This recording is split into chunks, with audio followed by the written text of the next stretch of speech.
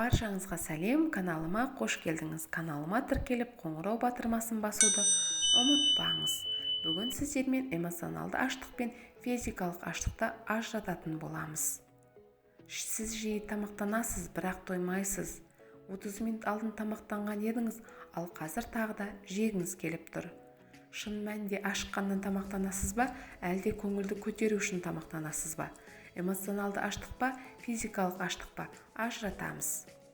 Қазір ғана ма, бұрыннан ба? Эмоционалды аштық аяқ астынан пайда болады.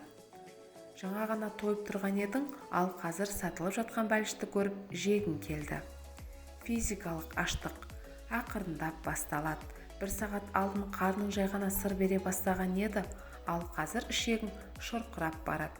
Адамның шын мәнінде тамақ ішкісі келді деген сөз. Себебі оның асқазанында түк жоқ.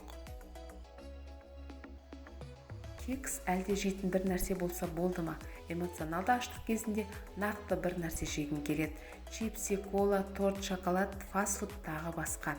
Ойыңда сол заттарды қағып аласың да, басқа ештеңе жегің келмейді. Физикалық аштық кез келген тағамды қабылдай береді.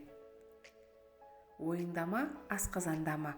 Эмоционалды аштық ойыңда болады. Сүйікті тағам тіліңнің ұшында тұрады. Ауыз тисем деп армандайсың, ойыңда арбайды, тәтті иістер көзіңмен жеп бастайсың. Ойыңда сүйікті тағам туралы ойлар шыркөбелек айналып жүреді. Физикалық аштық асқазанда мекендейді. Сіз оны ішіңізбен сезесіз. Іш шырқырайды, асқазанда түк жоқ, кейде ауруы да мүмкін. Тап қазір ме, әлде күте тұруға бола ма? Эмоционалды аштық күттірмейді, дәл қазір жегің келеді. Физикалық аштық шыдамды, сабырлы, қажет болса кішкене күте тұруға болады. Жайсыздық көңіліңізде ме, асқазаныңызда ма? Эмоционалды аштық кері эмоциялармен серіктес. Бастық бірдеңе сұрай береді. Мектепте балаңыздың оқуы нашар, жақының ауырып қалды немесе керемет, қуаныш, туған күн, той, тағы басқа жағдайларда. Яғни психологиялық аштық көңіл-күй жайлылығы, тепе-теңдігін жоғалтқан кезде пайда болады. Физиологиялық аштық физикалық қажеттіліктен туады. Себебі соңғы тамақтанғаннан 4-5 сағат асып кетті. Егер тамақтанбағаныңызға біраз болса, әлсіздік, бас айналады, көңіл-күй нашарлайды.